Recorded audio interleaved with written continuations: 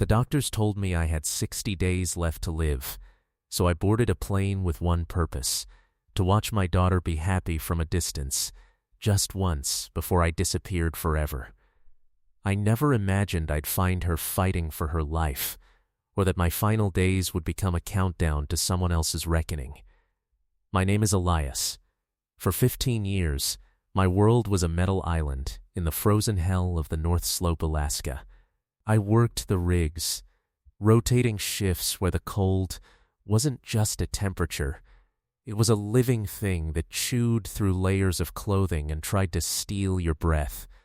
I'd faced blizzards that could erase a man 10 feet away, equipment failures that could turn into funeral pyres, and bosses whose voices crackled over satellite phones from offices that always smelled of coffee and carpet.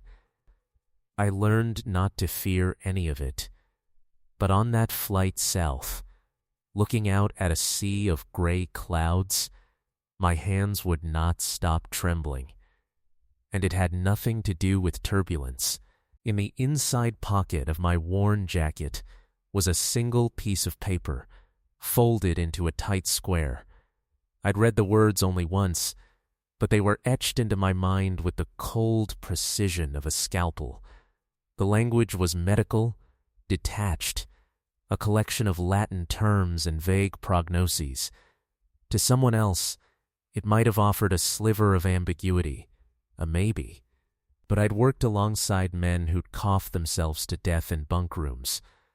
I knew exactly what palliative care recommended meant in the quiet, plain English of dying. 2 months. Perhaps 3, if luck decided to glance my way for the first time in 57 years. The strange part? In the oncologist's office back in Savannah, staring at a faded poster urging regular checkups, I felt almost no fear. Just a single, sharp point of focus. My daughter, Maya. The last time I heard her voice was 3 years ago, a phone call that ended with such finality it would have been less painful if the line had simply gone dead. "You just don't get it, Dad," she'd said, her voice brittle with a disappointment that had hardened into contempt. Julian provides a life, a future, a beautiful home, travel, security, everything you could never give Mom. And you couldn't even be bothered to show up when I walked down the aisle. You chose your frozen prison over me. Again, you always choose work. You chose it over her too. You let her die. That final accusation. It didn't feel like a blade. Blades are clean. This was a shard of rusted metal, twisted and pushed deep. It found the oldest, most tender bruise on my soul. Her mother, my Elena, taken by the same creeping shadow that now lived within me. Maya was just a child then. A little girl who watched her vibrant mother fade into a pale, pain-racked ghost. I worked 2, sometimes 3 jobs. Days on the docks, nights driving a delivery truck, anything to pile up dollars for a experimental treatment in Texas. A last-ditch hope I'd found in the glow of a public library computer. I sold my father's watch, my own truck, everything of value. I was $48 short of the deposit when Elena took her last shuddering breath in our rented room, her hand in mine. The money arrived by wire 2 days later. I sent it back, and Maya, my bright, serious girl, how do you explain that to a 10-year-old? How do you articulate that Daddy's absence was his desperate, failing attempt to be a hero? You can't. The failure is all they see. The thorn of that misunderstanding embedded itself in her heart, and as she grew, it grew with her, twisting her memory of me, of her mother, of us all. The flight attendant's cart rattled down the aisle, a cheerful intrusion of normalcy. "Something to drink, sir?" I shook my head, offering a tight smile that didn't reach my eyes. I had no appetite, no thirst. My entire being was focused on a single, fragile purpose: to see her. Not to speak, I had forfeited that right. Not to reconcile, the chasm between us was too wide, and I was out of time to build a bridge. just to witness her, alive and content in the world she had built without me, to capture one last image of her happiness, even if it was from 100 yards away, and carry it with me into whatever comes next. That was the entirety of my plan. A silent pilgrimage, a ghost's farewell. Have you ever reached a point where you believe the most loving thing you can do for someone is to vanish, to become a memory, not a presence? That's the quiet, desperate mathematics I was doing at 30,000 feet. I hadn't called to tell her I was coming. What would I have said? Her number had been a silent void for the last 6 months. Not disconnected, not a recorded message, just a ringing that went on forever into a hollow nothingness. I constructed narratives for myself. She'd changed her number, naturally. She was a grown woman, the wife of Julian Sterling from the Sterling family of Atlanta. Her life was a panorama of luxury and social calendars I couldn't even imagine. There was no space in that glossy picture for a worn-out, dying roughneck from the frozen north. She had exercised her right to erase me. I accepted that verdict. I wore the guilt of it like a familiar, heavy coat. Its weight was a kind of penance. Then the monotonous gray outside the window began to fracture. The clouds thinned, tearing apart to reveal the earth below, a quilt of brown and green fields, the thin gray capillaries of highways, the neat, tiny squares of suburban developments, Atlanta's sprawling periphery. Nerves sharp and sudden prickled in my stomach. I fumbled my phone from my pocket, powering it on. As it booted, searching for a signal, I stared at my reflection in the dark screen, a face carved by wind and worry, eyes that had seen too much indifferent machinery and not enough of a little girl's laughter. The phone buzzed to life in my hand, service bars appeared, and before I could even process it, the screen lit up with an incoming call, a 404 area code, a number I didn't recognize. A cold thread of intuition, thin and sharp, pulled tight in my chest. I swiped to answer, bringing the device to my ear. Hello? Am I speaking with Elias Vane? A woman's voice, professional, but underscored with a taut urgency, as if she were speaking from a closet with the door closed. This is he. My name is Vera. I'm a charge nurse at Atlanta General Hospital. I understand you are the father of Maya Sterling. Her words were precise, rehearsed. The world in the airplane window seemed to tilt slightly. Yes, Maya is my daughter. What's going on? Is she all right? You need to come to the hospital as soon as you possibly can. A deliberate pause. Just you. It's imperative that her husband is not aware you've been contacted. Her phrasing, imperative, was a clinical word carrying a world of dread. What does that mean? Why can't he know? Vera, tell me right now, is she alive? The silence on the other end was a physical thing, thick and suffocating. It lasted only a few seconds, but it stretched into an eternity of horrible possibilities. She's alive, Vera finally said. The words clipped. But you need to see for yourself. Come to the main tower, 3rd floor, the surgical intensive care unit. Ask for me. She recited a specific extension. Do not go through the main information desk. Do you understand? I understand. The line went dead. Not with a soft click, but with the jarring finality of a sudden disconnection. I sat perfectly still as the plane taxied, as the seatbelt sign chimed off, as passengers around me began the busy ritual of gathering their belongings. The quiet sorrow I had carried onto this flight, the resigned grief of a man going to his end, did not disappear. Instead, it was transformed. It was as if a second engine had ignited within me. The first, my own failing heart, was sputtering on its last reserves. This new one was cold, electric, and purring with a deadly purpose. I had boarded this plane to surrender. Now, I was preparing for a war I didn't yet understand. The Atlanta airport was a cavern of noise and rushing strangers. I moved through it like an automaton, following signs for ground transportation. The humid Georgian air, so different from the desiccated cold of the slope, hit me like a wet blanket as I exited, triggering a deep, rattling cough from my compromised lungs. I leaned against a pillar until the fit passed, tasting copper.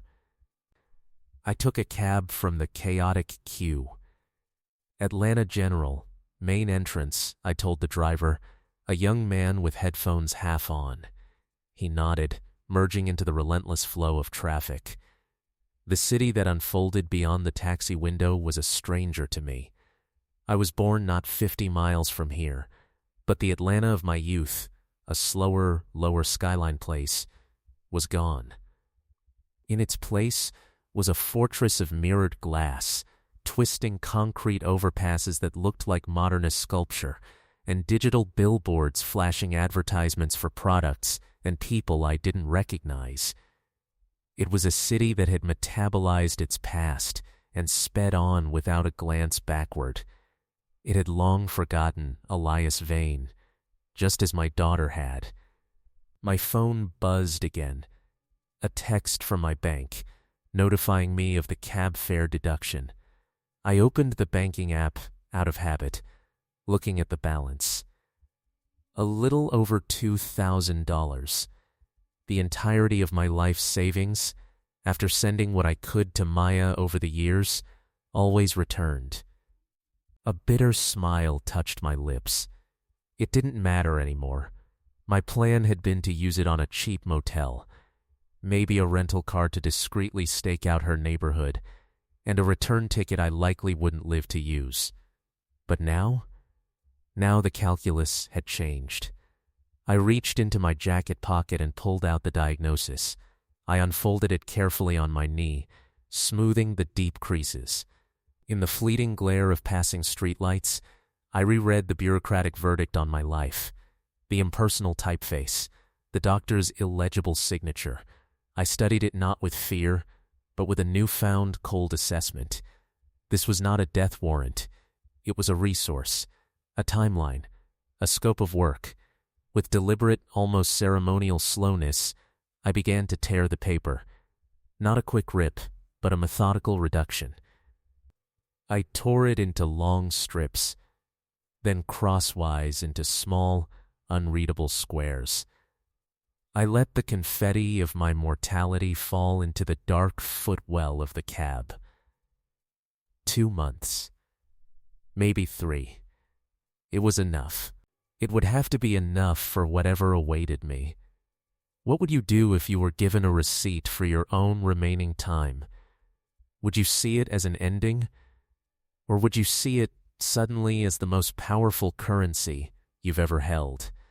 A currency with no value to you, but that could be spent on something that did have value? Memories, unbidden and vivid, flooded the silence of the cab ride, not of the rigs, but of her. Maya at 5, in a splash of sunshine in our tiny savanna backyard, shrieking with laughter as I pushed her on a swing made from an old tire. Maya at 10, a solemn small figure in a black dress at her mother's funeral, her hand a tight, trusting fist in mine. She didn't cry. I told her we had to be strong for each other. She believed me. Maya at 18, valedictorian, her eyes shining with a future so bright it hurt to look at. I'm going to be a designer, Daddy. I'm going to put our name on something beautiful. And then Maya at 25, a stranger in a photograph mailed to me with no return address. She was a vision in white, standing beside a handsome, smiling man in a tailored suit. Scrawled on the back, in her handwriting, I got married. His name is Julian. Wish you could have been here. I hadn't been there. Not because I didn't want to. The wedding date had been set without my knowledge. The invitation arrived 3 days before the ceremony, when I was lying in a hospital in Prudhoe Bay, hooked to a heart monitor after a minor cardiac event brought on by exhaustion. By the time I was discharged and could even think about flights, it was over. I told myself she'd sent it late on purpose, to give herself the proof that I would fail her. Maybe that was true. Maybe I just needed that story to be true. Because the alternative, that she genuinely didn't care if I was there or not, was a pain my heart, literally, couldn't take. The cab turned onto a broad avenue, and the massive, block-like complex of Atlanta General rose ahead, a citadel of sickness and hope.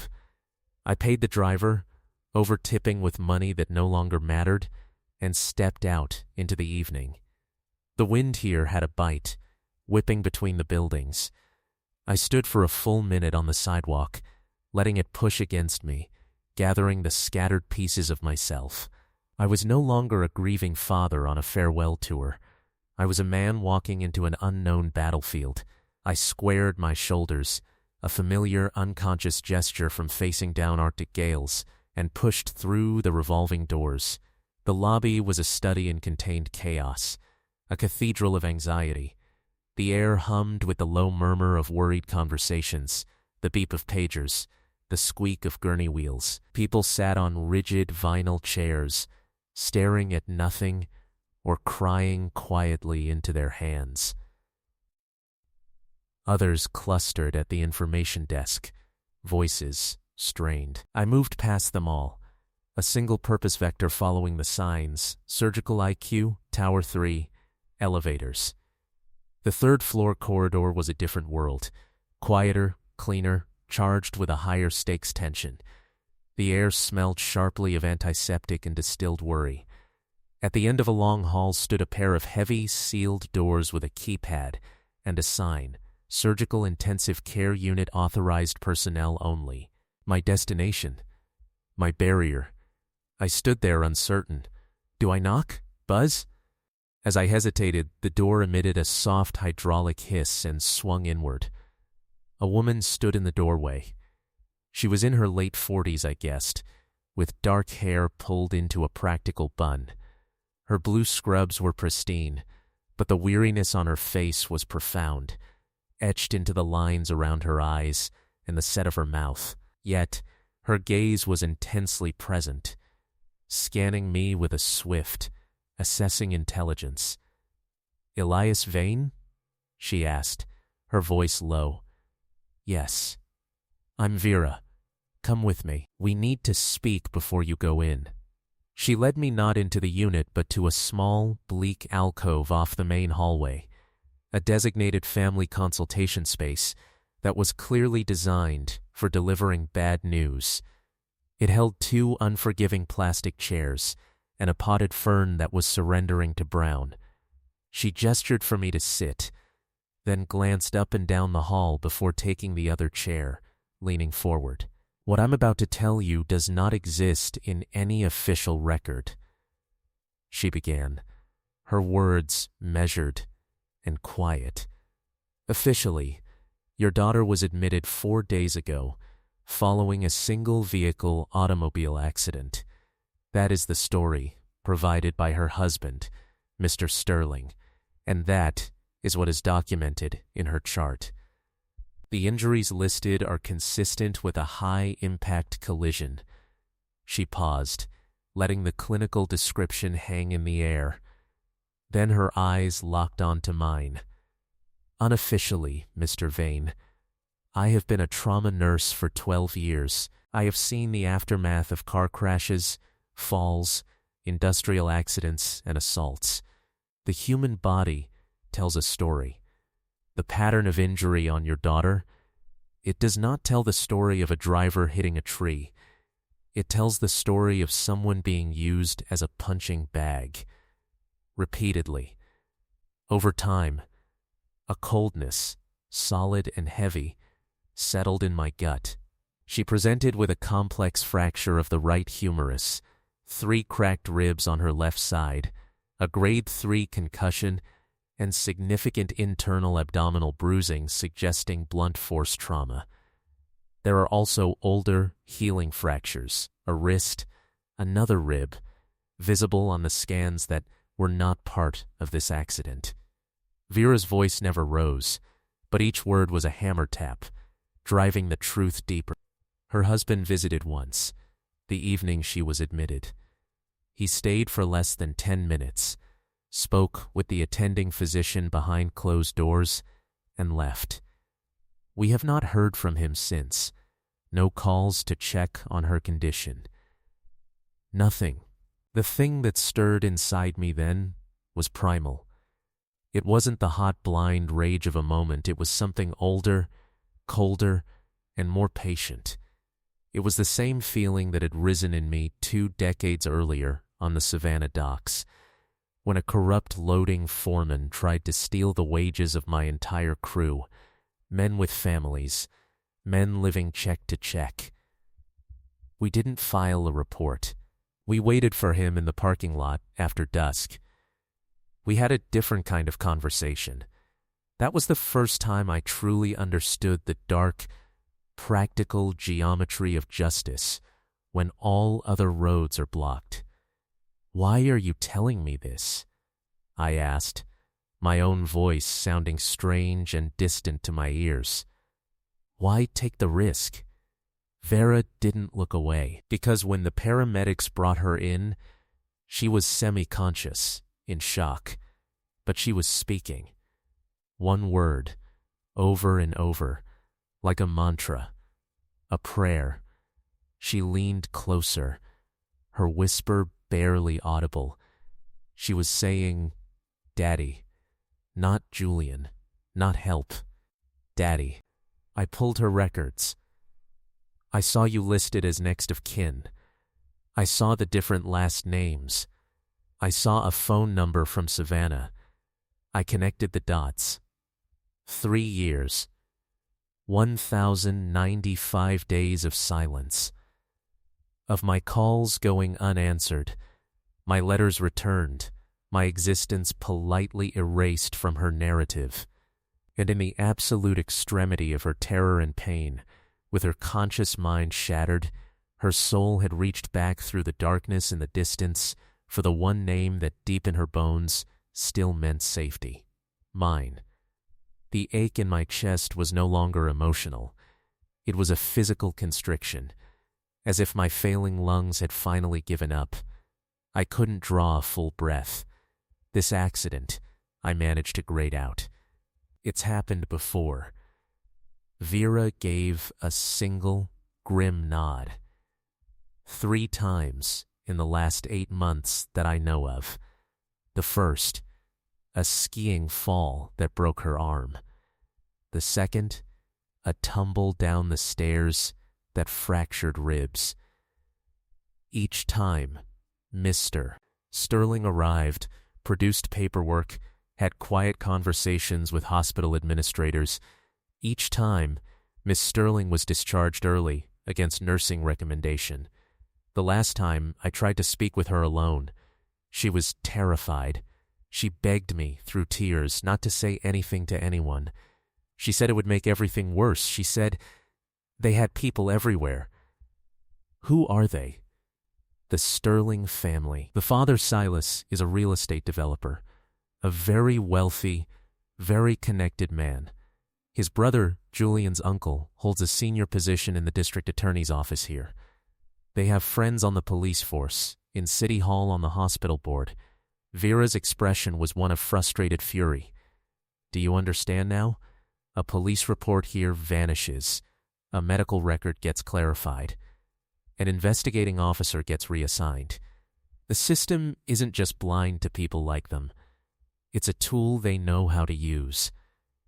I understood perfectly. I had spent a lifetime among systems, corporate systems on the rigs, union systems, the indifferent system of weather and geology. I knew how they could be leveraged and how they could be circumvented. I stood up. My legs felt unsteady, made of wood and rubber. I need to see her. Now. Vera stood as well, her face softening into something like pity. Of course. But I need you to prepare yourself. The machines, the tubes, it's a lot. Focus on her, not the equipment. She led me back to the heavy doors, swiped her badge, and the lock disengaged with a solid thunk. The world beyond was a corridor of subdued light and profound quiet, broken only by the rhythmic electronic pulses of life monitors, a digital heartbeat for the entire ward. We passed rooms with glass walls, inside which I glimpsed other battles being fought on other beds. Vera stopped at a door halfway down, room 312. She placed her hand on the handle but didn't turn it. She looked at me, a final silent question in her eyes. Are you ready? I nodded, my jaw clenched so tight it ached. She pushed the door open. The room was cool, lit by the soft glow of monitor screens and a single muted overhead light, and in the center of it all, diminished and swallowed by technology, was my child. The vibrant, willful young woman I remembered was gone. In her place was a pale effigy. Maya lay perfectly still, her head wrapped in bandages, a breathing tube taped cruelly to the corner of her mouth. One arm was in a cast from fingertips to elbow, suspended in a sling. The neck brace Vera had mentioned was a rigid white collar, and beneath its lower edge, on the tender skin of her throat, I could see them clearly. The brutal, purpling imprints of a man's fingers, the shape of a hand that it gripped and squeezed, with the intent to silence or worse. A sound escaped me. Not a word, just a short, punched-out gasp of air. The room seemed to tilt. I stumbled forward, my hand finding the cold metal rail of the bed for support, and lowered myself into the chair beside her. Slowly, trembling now not from illness but from a grief so vast it had its own gravity, I reached out. I slipped my hand beneath her uninjured one, the one free of IV lines. Her skin was cool, her fingers delicate and utterly limp in my broad, calloused palm. I remembered holding this same hand, so tiny then, when she took her first wobbling steps across the linoleum of our kitchen.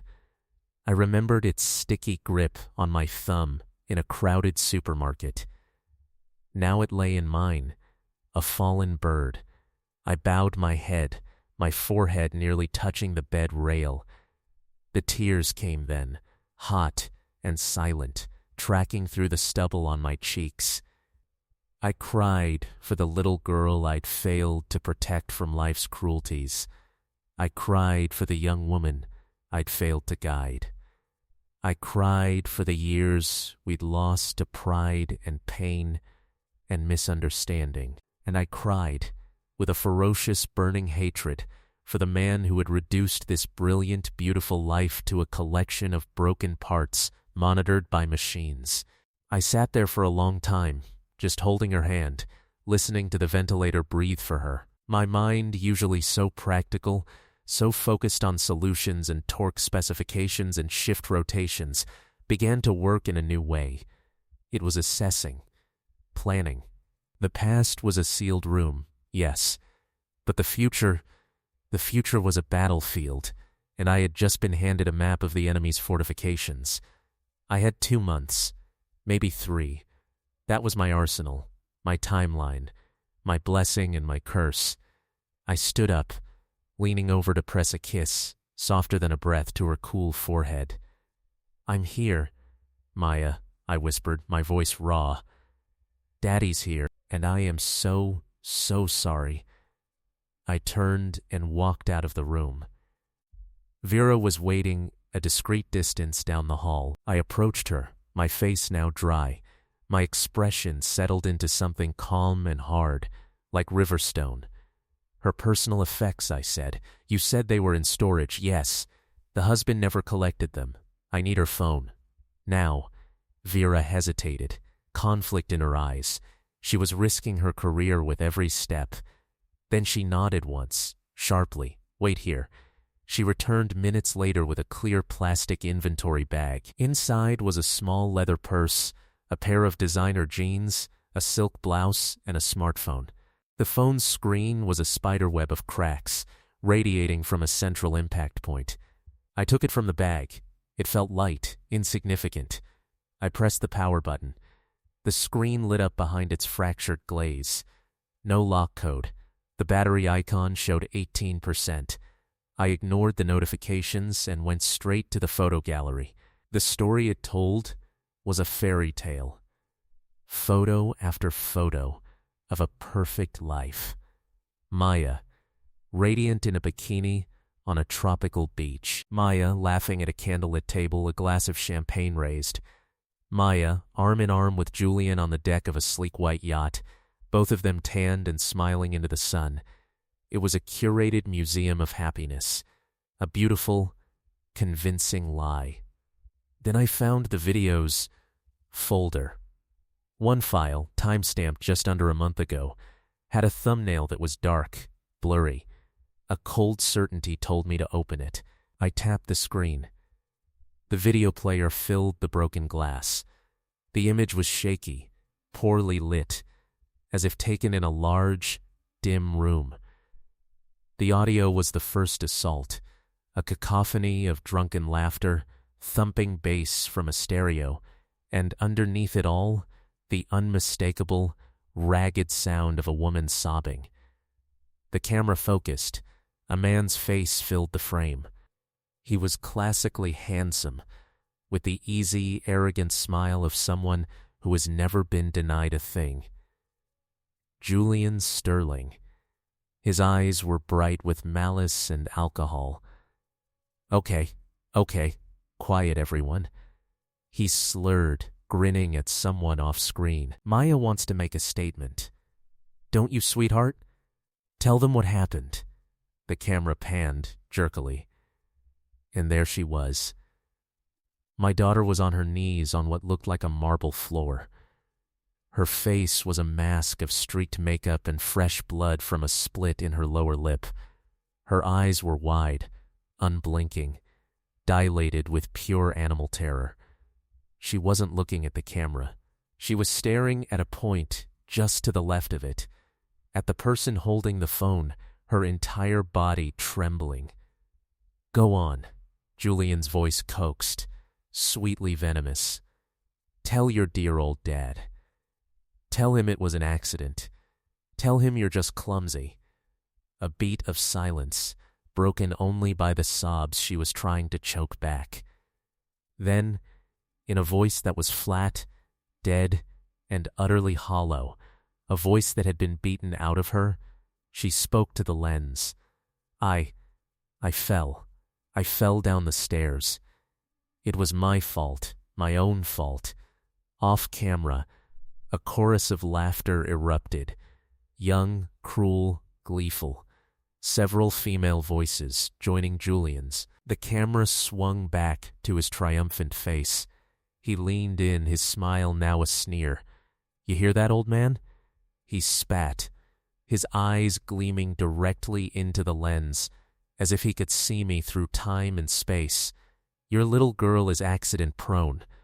What are you going to do about it? File a report? The laughter swelled again as he turned to his friends. He's a fucking rig pig from the sticks. He probably can't even read the form. The video ended. I stood in the sterile, fluorescent brightness of the IQ hallway, holding the shattered phone. All the trembling was gone. The grief was still there, but it had been forged into something else, something dense, cold, and focused. The fear had evaporated. The rage had been distilled into a pure, crystalline purpose. I had passed through the fire of emotion and emerged on the other side, into a calm, clear plain where only logic and consequence remained. I knew exactly what I was. I was a man with a terminal diagnosis, which meant I had nothing left to lose. I was a father who had finally seen the truth, which meant I had everything to fight for. And I had just been handed the weapon. I reached into my own pocket and pulled out my simple, outdated cell phone. I scrolled through the contacts, past names from the North Slope, past old union reps, down to the very bottom, to a section I hadn't opened in 17 years. I found a single entry, no name, just the letters MSAV and a number with a Savannah area code. A debt from another lifetime, from a world of warehouses, sweat, and fire. A debt that had only one currency for repayment. I pressed call. It rang. Once, twice, 5 times. I was about to accept that the number was dead, that the past was truly gone, when the line connected. There was no greeting, just the sound of steady breathing. "It's Elias," I said, my voice low and even. "From the waterfront fire." 2007. A long, profound silence stretched over the line. Then a low, rasping sound that resolved into a dry, humorless laugh. 17 years? The voice came, gravelly and deep, steeped in the slow honey of the coastal South. "I've kept this phone charged for 17 years, Elias.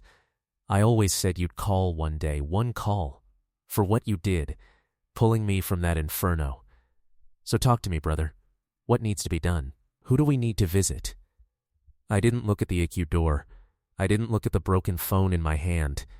I stared straight ahead at the blank, white hospital wall, seeing only the sneering face from the video, hearing only the dead sound of my daughter's voice obeying her tormentor. I spoke 2 words into the phone, just 2 words, clear and final. The Sterlings. I made a single phone call from a hospital hallway. I spoke 2 words into the receiver. And, in that moment, I set in motion an avalanche that would bury an empire built on lies, money, and cruelty. This is what happens when a man with nothing left to lose learns that his daughter's monster has a name, an address, and a family that thinks they're untouchable. The line went dead after I said the name. No confirmation, no questions, just the silent understanding of a debt about to be called in. 17 years earlier, in the choking black smoke of a Savannah warehouse fire, I hadn't thought. I'd just acted, dragging an unconscious man twice my size away from collapsing beams. He lost a leg to the flames. I lost a chunk of my lungs to the smoke, a debt my body was collecting now, with interest. He told me, through gritted teeth in a burn unit, anything. One call, ever. I'd nodded, never believing I'd use it. Now, that call was the first domino. And I was about to tip over the second. Vera found me 2 hours later in the Stark, vinyl-tiled cafeteria on the first floor. I was sitting at a small table by a rain-streaked window, a cup of untouched cold coffee forming a skin in front of me. I wasn't seeing the parking lot outside. I was seeing a chessboard, and I had just moved my first piece. She sat down across from me, her hands folded on the table. She studied my face for a long moment, her nurse's eyes missing nothing. The stillness where there should have been panic, the calm where there should have been despair. "What did you do, Elias?" she finally asked, her voice barely above a whisper.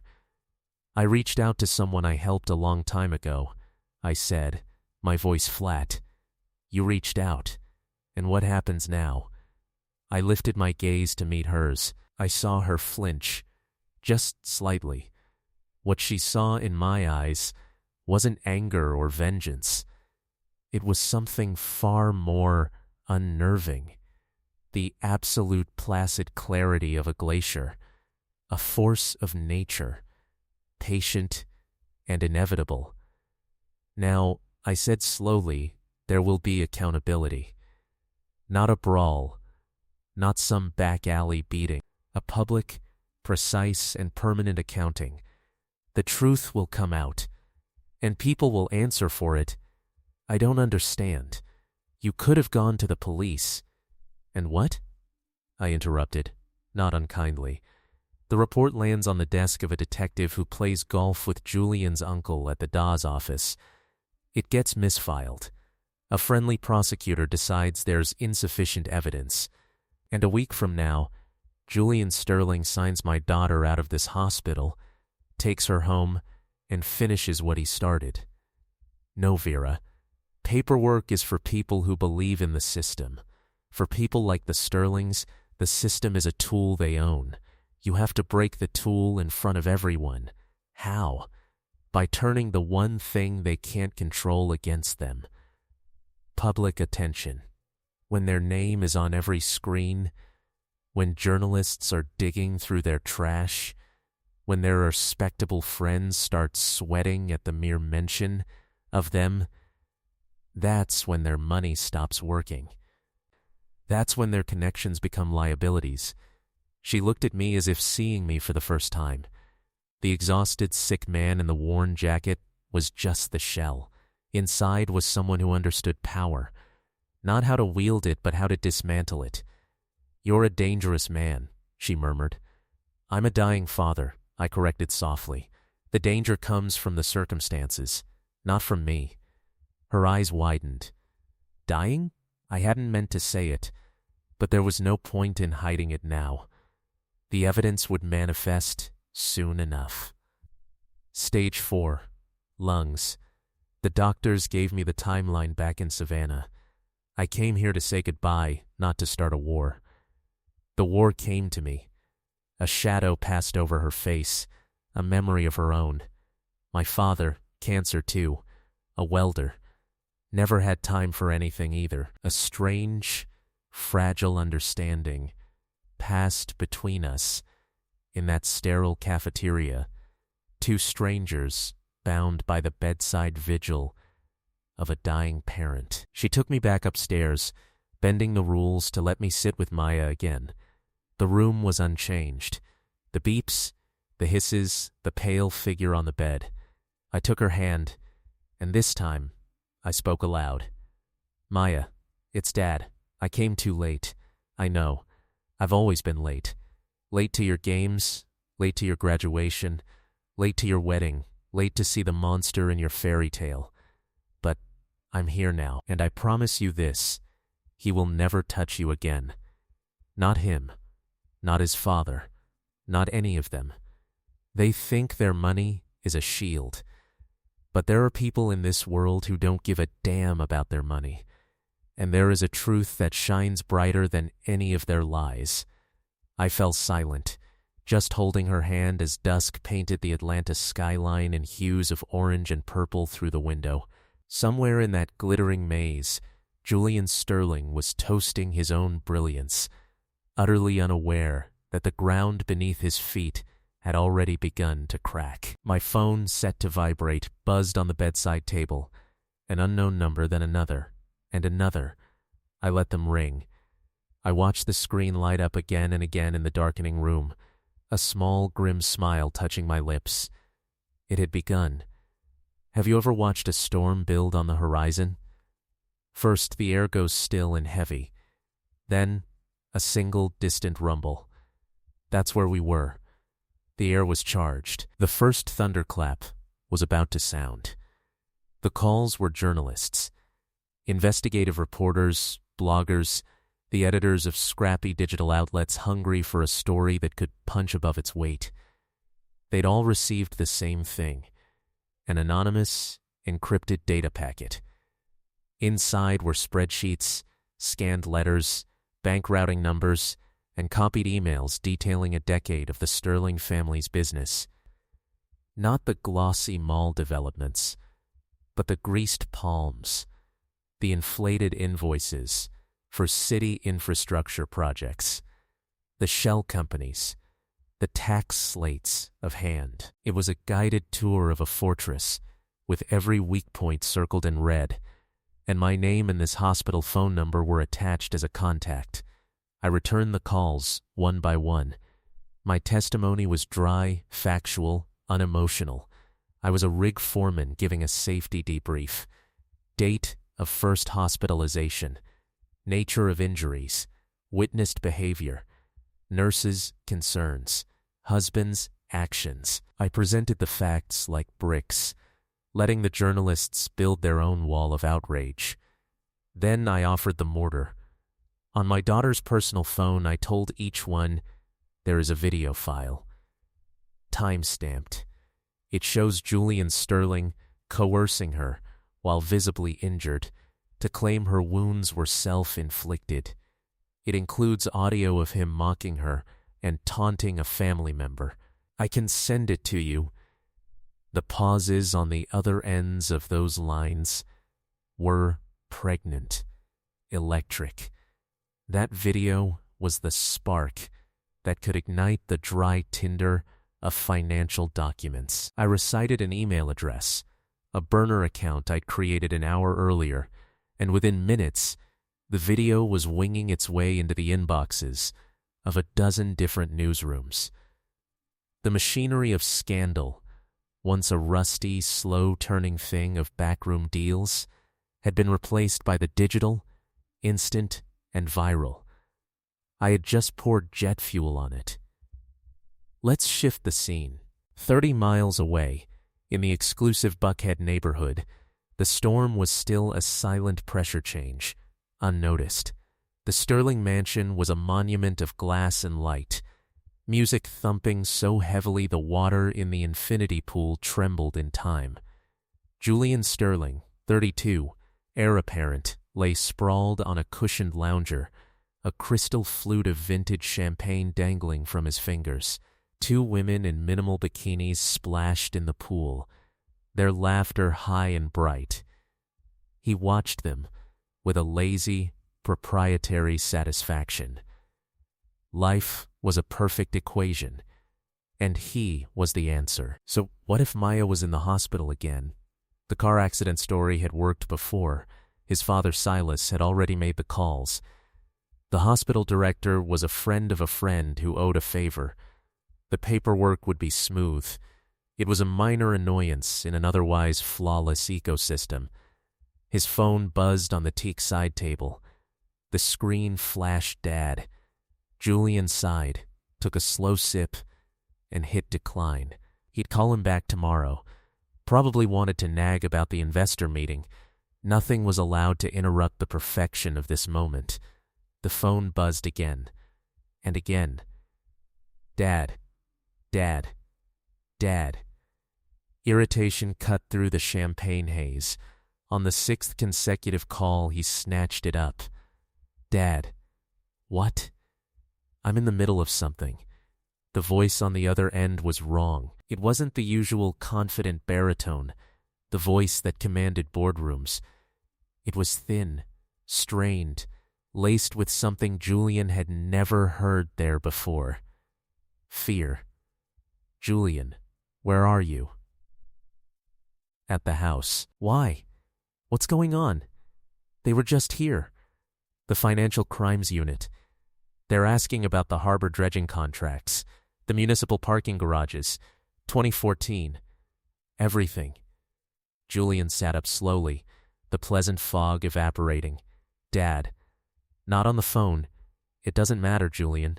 They know. They have documents. Invoices, transfers, emails. How? Who gave this to the world? So solid and sure a moment ago developed a hairline crack. What documents? What are you talking about? The documents that pay for that pool you're sitting by, you fool. Silas's voice cracked. The foundation of everything. It's all in their hands. The call dropped. Julian stared at the phone. He redialed. Straight to voicemail. He tried his uncle at the Dawes office. The number rang out. He tried the family lawyer. Busy. A cold, slick feeling began to spread in his stomach. He opened his phone's browser, his fingers clumsy, and typed his father's name into the search bar. The screen populated, and his world shattered. Headline: Real estate titan Silas Sterling detained in major fraud probe. Headline: Kickback scandal rocks Atlanta development projects. Headline: Sterling empire under siege, documents leaked to press. He scrolled, his breath coming in short gasps. And then he saw it. A headline that turned his blood to ice. Behind the gates, allegations of systematic abuse plague Sterling heir. He clicked it. There was his own photo, from a charity gala, smiling. Next to it, a picture of Maya, looking frail and beautiful.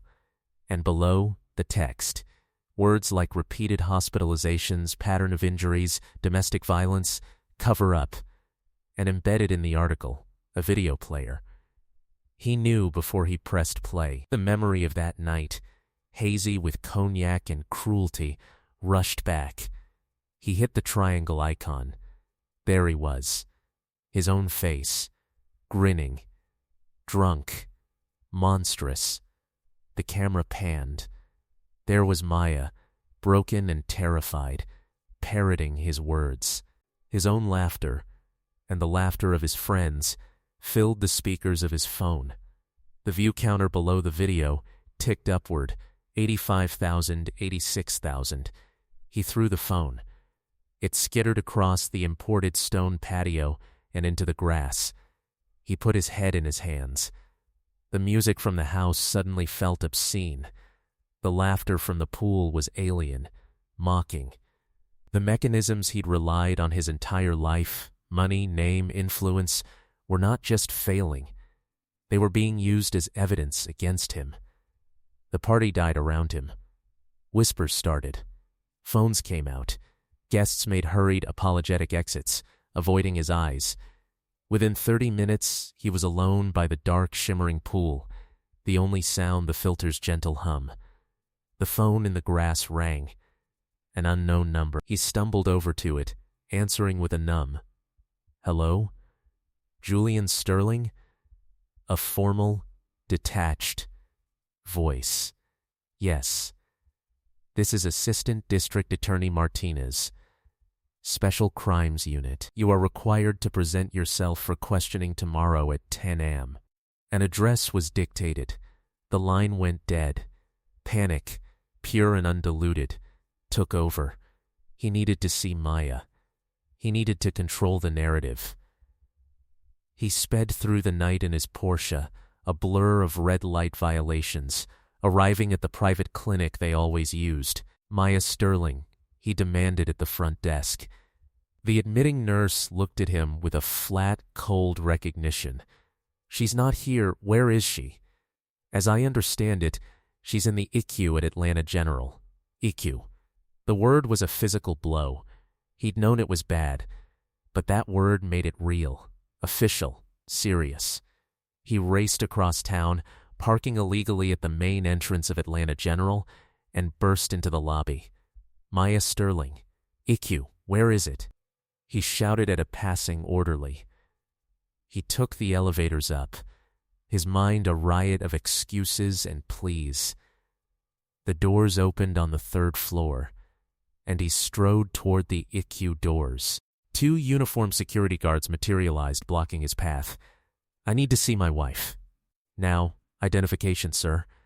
As one guard called it in, Julian tapped his foot, seething. Then a voice, calm and sharp, cut through the tension. "That's the husband. The one from the video?" He turned. Vera stood there, arms crossed, her gaze like flint. "Who are you?" He spat. "I'm the nurse who's admitted your wife 3 times.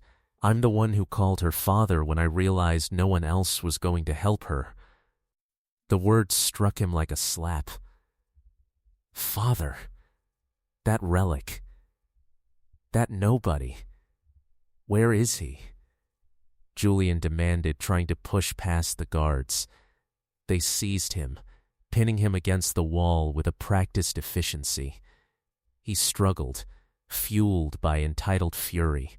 "Do you know who I am?" "We know exactly who you are," one guard grunted in his ear. Now calm down, or we call the police and add trespassing to your list." At that moment, the iku door opened. A man walked out. He was slight, dressed in simple, worn clothes, his face lined and weathered. He looked like a man who had done a lifetime of hard work. He looked, to Julian, utterly insignificant. And yet, he walked with a quiet authority that made the guards ease their grip slightly. He stopped a few feet away and looked at Julian. Not with hatred, not with anger, with a kind of cold, analytical disappointment, as if examining a flawed piece of equipment. "So," the man said, his voice low and gravelly, "you're Julian Sterling, the prince who turned my daughter's fairy tale into a horror story."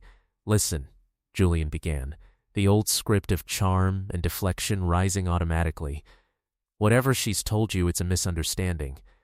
Maya is fragile. She gets confused. Shut up." The two words were spoken softly, but they carried a weight that silenced Julian instantly. It was the voice of a man who was not used to being negotiated with, a man who gave orders in the roar of machinery and howling wind and expected them to be obeyed. "I saw the video," Elias continued, taking a step closer. Julian instinctively stepped back, hitting the wall. "I heard you laughing. I saw her face when she said the words you put in her mouth. I saw her lying in that room, with your fingerprints on her neck, so don't you dare stand there and talk to me about misunderstandings." The old currency, the only one Julian knew, presented itself. "How much?" he blurted out. "How much do you want? $1 million? 5? I'll sign everything over to her. The houses, the cars, a clean divorce. Just make this stop. Get the stories taken down. Say it was a misunderstanding." Elias looked at him for a long, silent moment. Julian saw no greed, no calculation, only that infuriating, icy calm. "Do you know what I make in a year on the North Slope?" Elias asked, almost conversationally. "About $15,000. $1 million is more than I'd see in a lifetime. It's a fortune to a man like me. Then it's yours. It can all be yours. Just tell me what you need me to do." Elias took another step forward, closing the distance. His voice dropped to a near whisper, but every syllable was clear as shattering glass. 60 years of my life. And you think for that I would betray my daughter? I would look into a camera and say she fell down the stairs after seeing what you did to her? After seeing her in that bed? It's not a betrayal. It's a compromise. A fresh start for everyone. Your idea of a compromise, Elias said, his eyes locked on Julian's, is stay quiet, take the pain, and maybe I won't kill you today. That's what you offered her. That's not a compromise. That's a death sentence on the installment plan. Julian felt the last of his control slipping. He slid down the wall, landing on the cold linoleum. Tears of pure selfish terror welled in his eyes. I'll change. I swear to God I'll get help. I'll never go near her again. Please, don't do this. Don't send me to prison. Please. Elias looked down at him, and for the first time Julian saw a flicker of emotion. Not pity, but a profound, weary sadness. You know the worst part? Elias said. You're not crying for her. You're not apologizing to her. You're crying for yourself. Even now, on your knees, it's only ever been about you. He turned and walked back toward the Iku door. He paused, hand on the handle, and spoke without looking back. I wanted to forgive you. I came here to take my daughter and go, to give her a chance far away from you. But then I saw you laughing. You were laughing at her fear. That's when I knew there was nothing here to forgive. The door clicked shut behind him. Julian was still on the floor, weeping, when the real police arrived. They read him his rights, cuffed him for violating the emergency restraining order filed just hours before, and led him past a lobby of staring phone-recording strangers. His kingdom of influence had become a gallery of witnesses. They held him overnight. His expensive lawyer, when he finally arrived in the morning, was grim. Don't talk to anyone. Not the press, not the police, no one. The financial case against your father is massive. And this video, Julian, it's everywhere. This isn't a legal problem anymore. It's a public execution. Julian was released on his own recognizance, a temporary and fragile freedom. He went to an apartment he kept for discretions Maya wasn't supposed to know about. He spent the night in a vortex of online horror, watching the view count on the video climb past 3 million. The comments were a torrent of venom he couldn't read for more than a few seconds. His phone was a brick of missed calls from numbers he didn't know. His world had contracted to these 4 walls, and the walls were closing in. By 10 a.m. a plan formed in his desperate mind. A last-ditch play. He had to see the father-in-law again. Man to man. He had to make him see reason. Everyone had a price. Everyone. He cleaned up, called an Uber, and slipped into the hospital through a service entrance. The 3rd-floor hall was quiet. He found room 312. Through the glass, he saw her. Conscious. Her eyes were open. And sitting by her side, holding her hand, was him. Julian pushed the door open. The reaction was instantaneous. Maya's monitor erupted in a frantic chorus of beeps as her heart rate spiked. Her eyes widened in pure, unadulterated terror. She tried to shrink back into the pillows. Elias was on his feet in a fluid motion, placing his body squarely between Julian and the bed. "Get out," Elias said, the words a low growl. 5 minutes, Julian pleaded, hands raised. Just 5 minutes to talk. No yelling. No drama. Elias didn't move. "Maya," he said, his voice calm but firm, never taking his eyes off Julian. "Do you want him here?" From the bed, a weak, almost imperceptible shake of her head. That tiny movement was a verdict more damning than any judge's. "Call security," Elias said to the nurse who had frozen in the corner. She darted out. "Wait, please." Julian's voice cracked. He looked at Maya, trying to find the adoration, the hope, the fear he could manipulate. He found only a flat, exhausted revulsion. "Think about the trial, Maya. The press. They'll drag your name, your pictures, through the mud. Is that what you want? We can stop it. I can make it all go away. I'll give you everything. The divorce, the houses, money. You can disappear, start over. But you have to stop this." Elias took a step forward. Julian stumbled back. "How much?" Julian babbled, the old refrain, his only prayer. "500,000? $1 million? I'll find it. It's compensation. For the pain. Money can't fix the past, but it can build a future." Elias was now within arm's reach. His voice was terrifyingly quiet. $1 million is 66 years of my life. And you think that money would make me betray her? After I saw the video? After I saw what you did? Julian's legs gave out. He collapsed to his knees on the cold hospital floor, the reality of his powerlessness crashing down. The tears were real now, born of an abject, animal fear of the cage that awaited him. "I'll change. I'll get therapy. I'll report to you. Just, please, don't let them send me away. Please." Elias looked down at him, and in his eyes was that same profound sadness. "The most terrible part," Elias said, is that you still don't understand. You're not crying for her. You've never once said you're sorry to her. You're crying because you're afraid for yourself. Even here, on your knees, it's only ever been about Julian. The door burst open. Security and 2 police officers filled the doorway. They hauled Julian to his feet, twisted his arms behind his back, and the cold metal of handcuffs snapped around his wrists.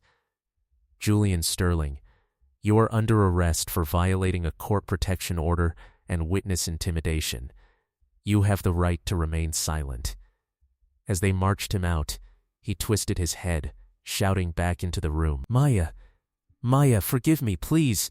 She turned her face to the wall and closed her eyes. The last thing Julian saw before being led down the hall was Elias Vane, turning back to his daughter, taking her hand, his broad back a final immovable wall between her and the nightmare he had once been. In the quiet room, the frantic beeping of the monitor slowly steadied into a normal rhythm.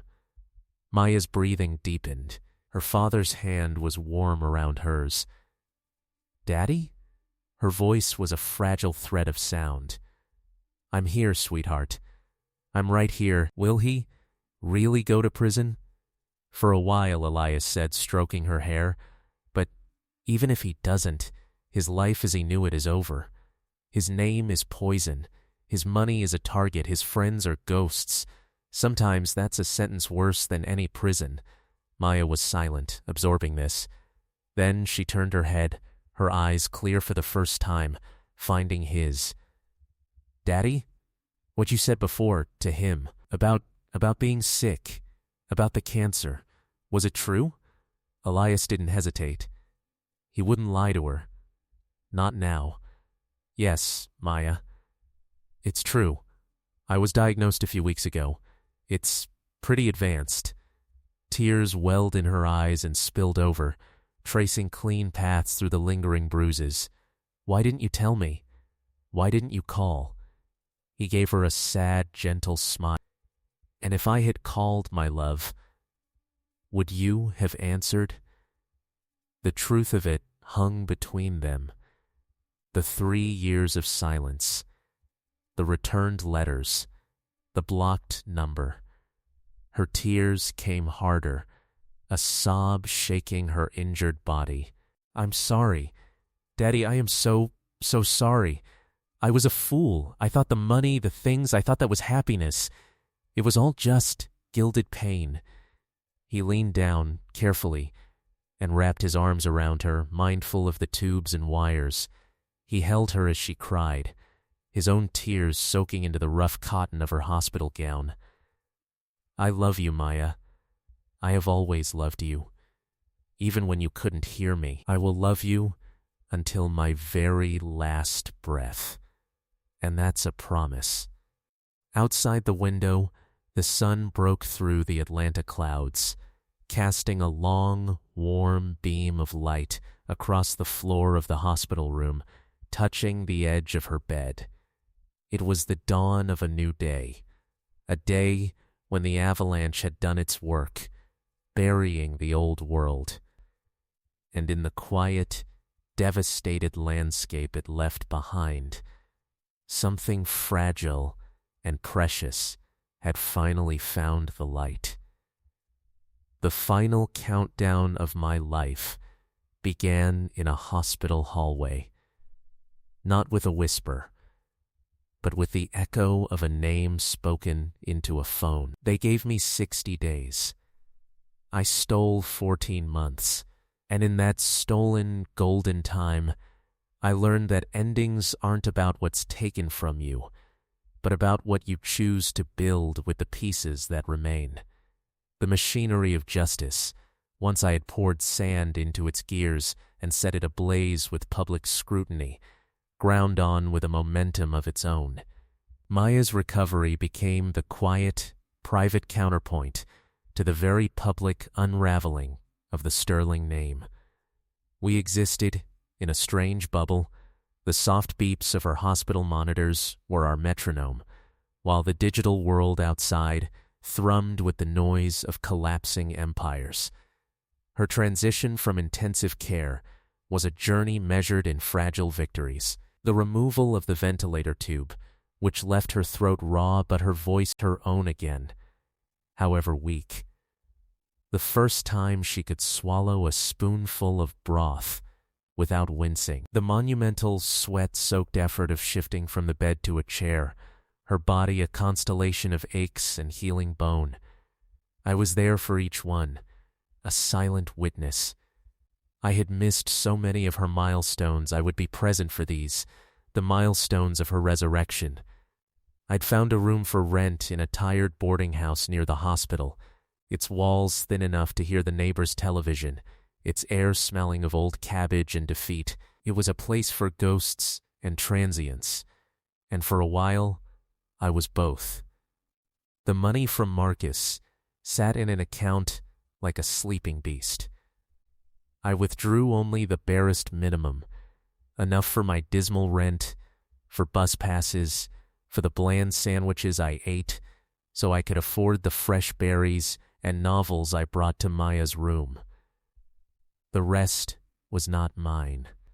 It was a seed for the garden of her future, a future I was helping to clear of weeds, but would likely never see in bloom.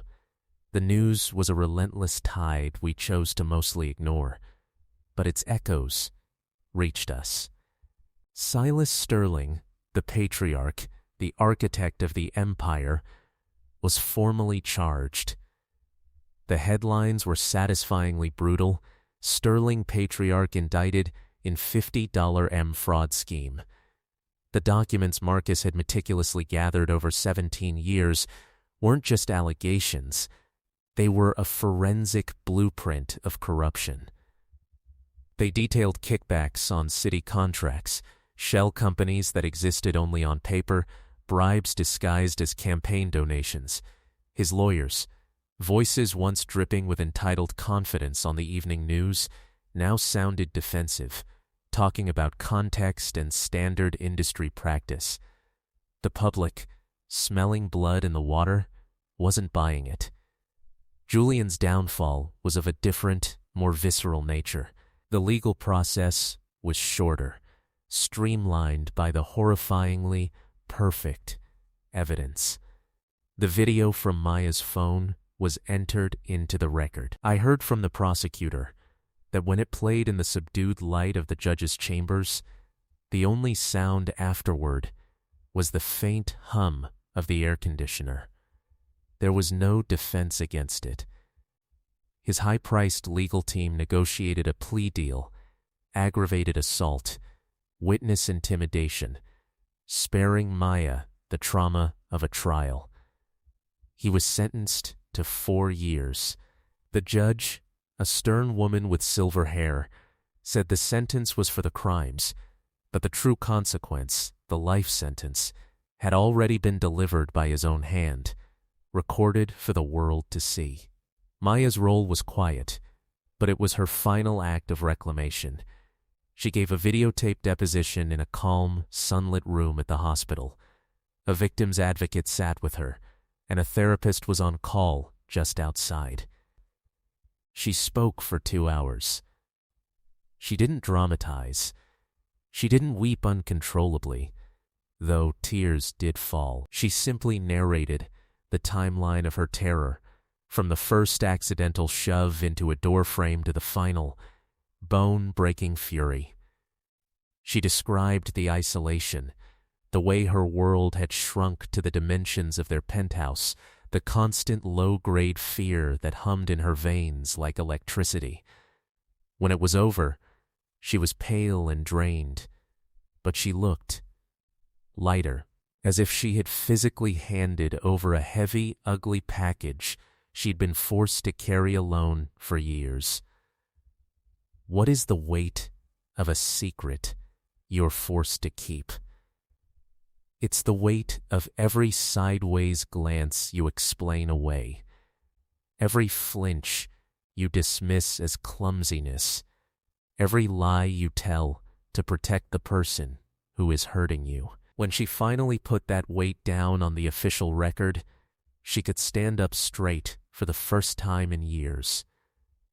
The morning of her discharge was soft and gray, the sky a comfortingly neutral blanket. She had little to pack. The clothes from her old life were bagged as evidence. I'd bought her new ones, soft cotton, easy fabrics, nothing that constricted or required effort. As we walked through the automatic doors into the humid Atlanta air, a woman holding a toddler shifted her child on her hip and stepped tentatively forward. "Excuse me," she said, her eyes on Maya. They were kind eyes, but shadowed with her own history. I had to say thank you." Her voice caught for getting out, for saying it out loud. "It makes the rest of us feel like maybe we can too." She reached out, not for a handshake, but to briefly touch Maya's arm, a fleeting, powerful connection, then turned and walked away. Maya stood frozen on the sidewalk, her discharge papers fluttering in her hand. "She knew me," she whispered, her voice thick. "She knows a story of survival," I corrected gently, taking her bag. "That's a powerful story. But it's not you. You get to decide who you are now. Come on." The South is waiting. The flight to Savannah was a passage between worlds. She stared out the window as the chaotic geometry of the city gave way to the sprawling green quilt of the countryside. She didn't look back. I watched the tension that had lived in her shoulders since I first saw her in that hospital bed begin to dissolve, muscle by muscle, as the urban clutter disappeared beneath the wing. Otis was a beacon of solidity at the small regional airport, leaning against his dusty pickup truck. He engulfed me in a hug that made my ribs protest, then turned to Maya. He didn't offer a handshake, which could seem like a demand. He simply nodded, his beard parting in a smile that reached his eyes. "Miss Maya," he said, his voice a low, warm rumble. "Welcome to the slow lane. We've been airing out the guest room for you." The drive was a 2-hour decompression chamber. The interstates bled into 2-lane roads that curled around stands of longleaf pine and past fields where cotton grew like a late snow. The air changed, growing heavier, sweeter, laced with the scent of pluff mud and jasmine. Maya, wrapped in an old quilt of Clara's, fell into a deep, untroubled sleep in the back seat. I watched the world I'd left behind welcome me back, the rusty mailboxes at the end of dirt drives, the hawks circling on thermal currents, the slow brown crawl of the river in the distance. This place didn't care about penthouses or stock portfolios. It measured time in tides and seasons. It had waited for me without judgment, and now it would shelter her. My house was a humble, honest thing, a wooden structure on stilts, grayed by sun and salt wind, facing the endless breathing expanse of the marsh. A screened porch ran its length, a room without walls. Inside was a single, open space, a kitchenette with an old gas stove, a sitting area with 2 worn armchairs, 2 small bedrooms leading off it. It was clean, spare, and filled with the kind of quiet that isn't empty but full of subtle, natural sound. Maya walked in slowly, her suitcase wheel catching on the threshold. She took in the pine plank walls, the brick fireplace, the shelves of my few books. Then her gaze settled on the one spot of deliberate decoration. Above the fireplace, in a simple oak frame, was a photograph. It was her, at maybe 6, perched impossibly high on my shoulders, both of us grinning with a joy so pure it was almost painful to look at.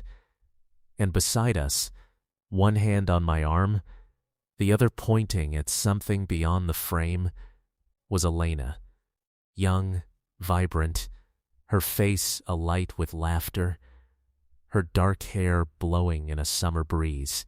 She moved toward it as if drawn by a magnet, her fingers rising to hover just above the glass, not quite touching. "You kept this?" Her voice was a fragile thread. "I kept every one," I said, coming to stand beside her. They were my anchor. When the shifts were long and the cold was a living thing, I'd look at these. They were my true north. She turned then, and the dam finally, fully broke. She collapsed into me, her body shuddering with deep, racking sobs that seemed to come from the very core of her. She cried for the lost years, for the mother she missed, for the pain she'd endured, for the father she'd pushed away. I held her, my own face wet, saying nothing. There were no words for that catharsis. It was the sound of a heart that had been frozen in fear, thawing in the warmth of a safe harbor. Life on the marsh followed a new, gentle rhythm. She slept 10, sometimes 12 hours a night, her body claiming a debt of rest. She ate the simple food I cooked, shrimp and grits, cornbread, greens from Otis's garden, with a focus I'd never seen before, as if she were relearning the taste of nourishment. We took short walks, her stamina growing each day, pausing to watch a heron stalk prey, or to identify the call of a red-winged blackbird. We didn't talk about Atlanta, or court cases, or prison sentences. We talked about whether the rain was coming, about the novel she was reading, about Clara's legendary peach cobbler. We were rediscovering each other, not through the fraught lens of history, but in the peaceful, uncomplicated present. One night, deep in the velvet black of a moonless evening, I gently woke her. "Come with me," I whispered. "There's something you need to see." I wrapped a thick quilt around her and led her, barefoot, out to the porch. The world was a study in absolute darkness and profound sound, the symphony of frogs and crickets, the sigh of the wind through the court grass. We stood in silence, letting our eyes adjust.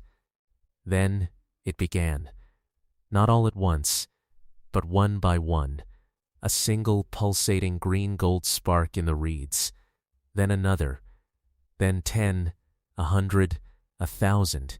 They emerged from the darkness, these tiny living lanterns blinking on and off in a silent, chaotic ballet. They danced over the still, black water, their lights reflecting and multiplying, until it was impossible to tell where the sky ended and the marsh began. It was a galaxy born from the mud, a celebration of light in the deepest dark. Maya's breath hitched. She stood utterly still, her face illuminated in the soft, ethereal glow. A single tear traced a silver path down her cheek. "It's miraculous," she breathed, the word a prayer. "This," I said, my arm around her shoulders, feeling the profound rightness of the moment, "is what I always wanted to show you. This is the magic that doesn't need a price tag." "I was such an idiot," she whispered, leaning her head against mine. "I traded this silent, perfect wonder, for crystal chandeliers and the sound of a lock turning behind me. I traded real love for a gilded cage." "You found your way back," I said simply. "That's all that matters." We stayed until the chill seeped through the quilts, imprinting the memory of that dancing light onto our very souls. The peace we cultivated was deep, but life, in its relentless way, tests the foundations of any newfound peace. About 2 weeks after our arrival, Maya emerged from the bathroom one morning.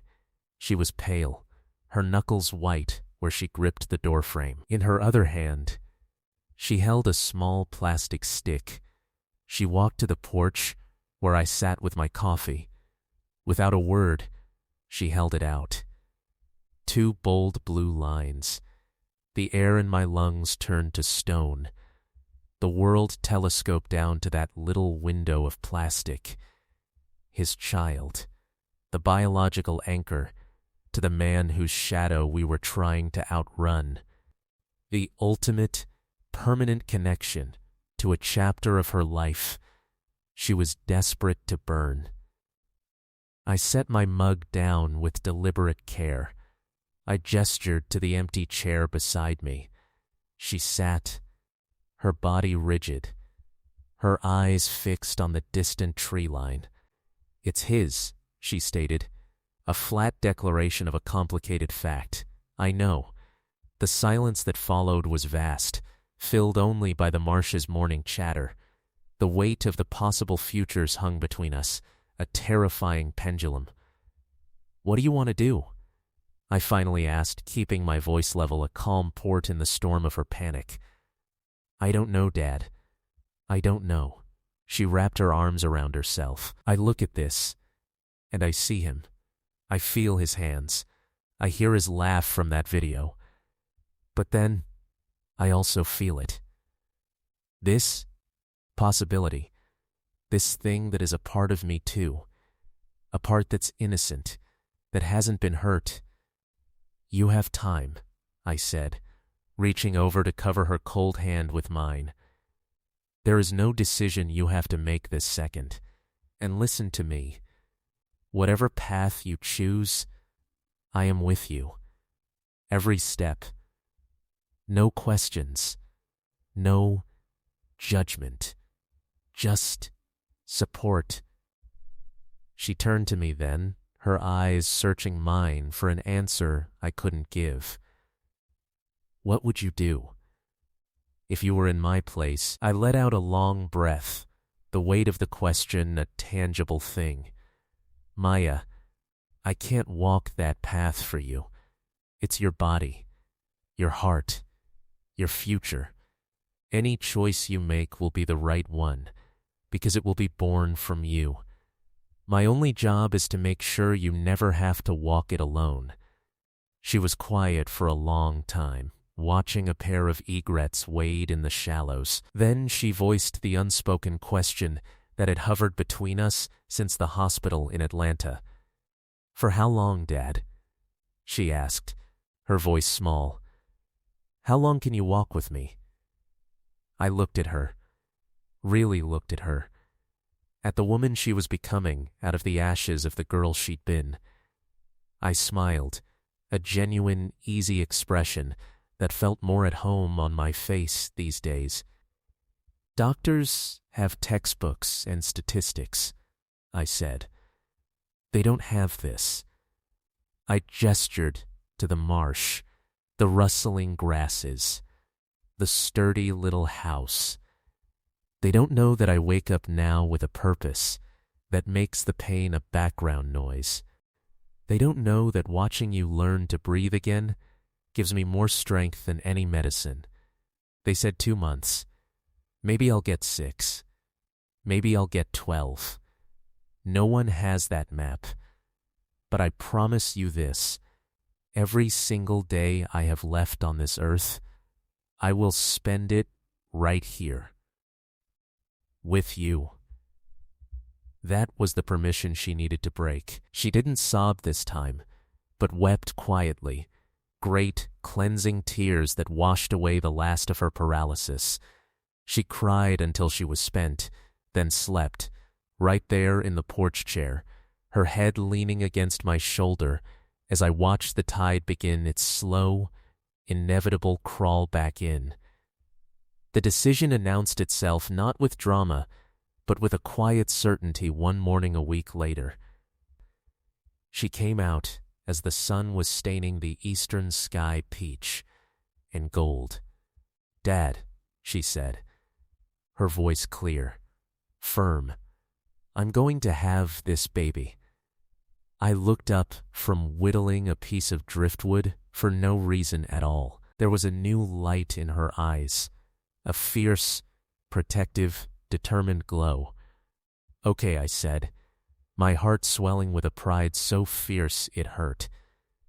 "This child is not his legacy," she said, one hand resting on her still flat stomach. "They are mine. I will love them. I will raise them to know kindness as a strength, to respect others, to never ever use their voice or their hands to inflict fear." I stood and pulled her into a hug. My eyes stung. "You," I said, my voice rough with emotion, "are the bravest soul I have ever known." "I had a good teacher," she whispered into my shirt. The following months were a season of gentle transformation. The harsh edge of winter softened into a damp, green spring. Maya's body changed, curving with the new life within.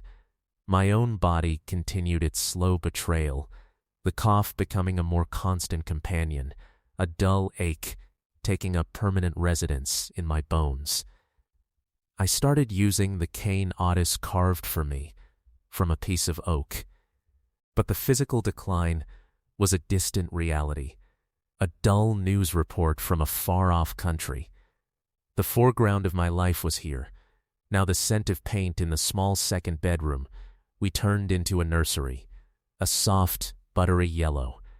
The sound of Maya humming as she sorted through hand-me-downs from Clara, the planning of a garden that would bloom for a child I might not see. I lived to see him born. That is a sentence I will take with me wherever I go. In the clean, bright delivery room of the county hospital, I held Maya's hand, her grip crushing my fingers as she fought to bring her son into the world.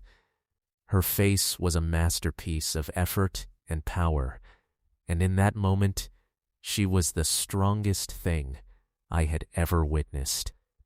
And then he was there, a squalling, red, perfect miracle, with a thatch of dark hair and a voice that filled the room with vibrant, demanding life.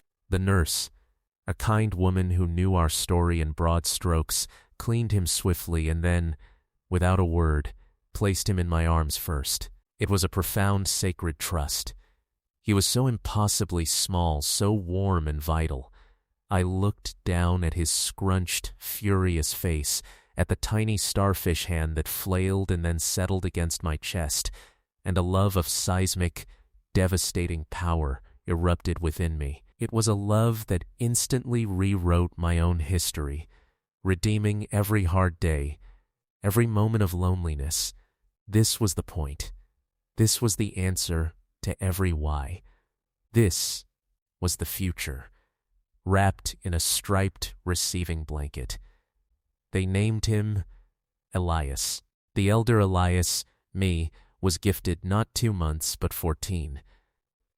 14 months of sunrise coffee on the porch, of telling my grandson nonsense stories he adored for the cadence of my voice, of watching my daughter step into motherhood with a grace and ferocity that took my breath away. I taught him how to make a whistle from a blade of marsh grass.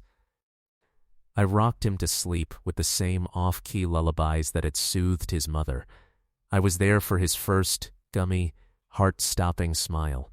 I heard him form the sound ba-ba, which I, of course, claimed was for me.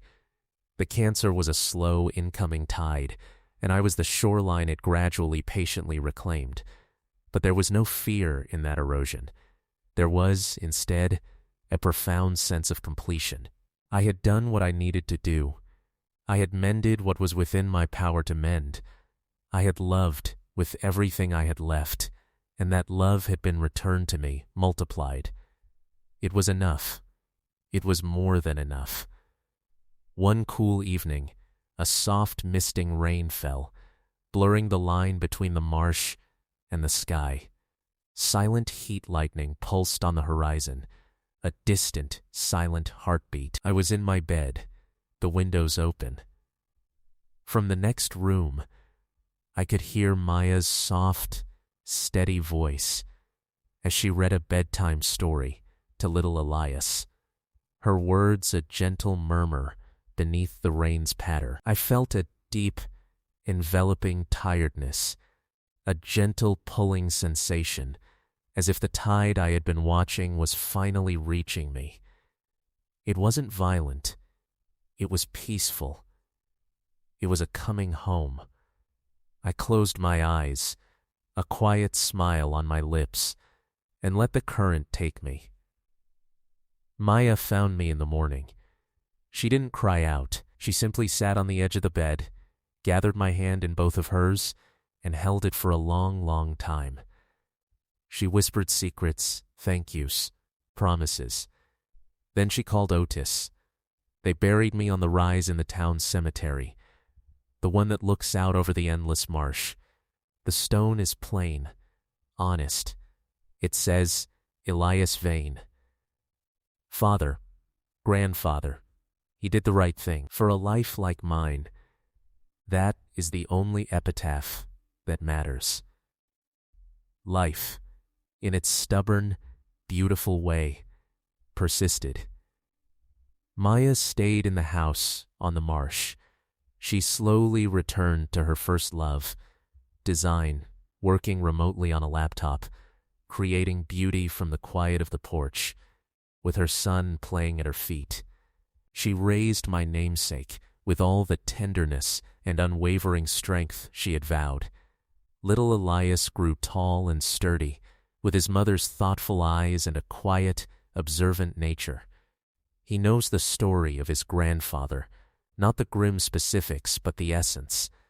That grandpa was a hero who came when Mommy needed him most, that he made one brave choice that changed their world, that his love was as vast and steady as the marsh itself. That story is woven into his bones, a moral compass calibrated before he even knew he needed one. Julian Sterling served his 4 years. He emerged into a world that had no place for him. The Sterling fortune was obliterated, seized by the government and claimed by lawsuits. His father died in a prison infirmary, a bitter and forgotten man. The name was a curse, a Google search that led only to shame. Julian became a phantom, drifting through a series of meaningless jobs, forever haunted by the ghost of his own recorded cruelty. Maya, in the fullness of time, opened her heart again, not to a prince, but to a good man, a history teacher from the local high school, a widower with a gentle heart, and a young daughter of his own. He loved Maya for her resilience, her quiet humor, the peace she carried within her. He loved little Elias without reservation. They married in a simple ceremony on the porch, with Otis as the officiant and fireflies as their twinkling guests. Now, on summer nights, when the air is thick and sweet, Maya will bring her family out to the porch. She'll point to the living constellations dancing over the water. See those lights? She'll say to her children, her voice soft. That's where the real magic is. And your grandpa is part of it.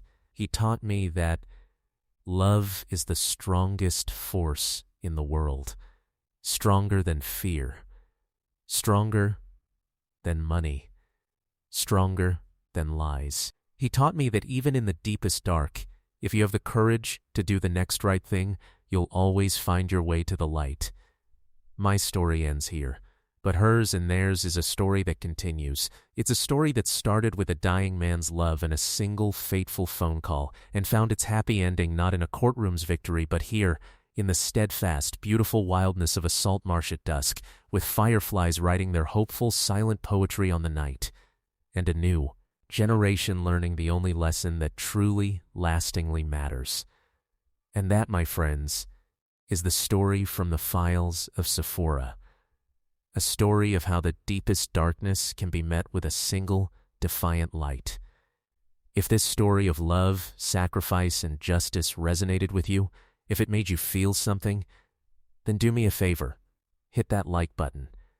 Let me know you're here, that these stories matter. And subscribe to the Files of Sephora, for more deep dives into the human stories that never make the front page, but that change the world in quiet, profound ways. We have so many more stories to tell. In the comments below, I want to hear from you. Tell me, what's the one right thing you've done that you're most proud of? Big or small, share it. Let's fill this space with stories of our own courage. Thank you for listening. Thank you for being here. Until next time.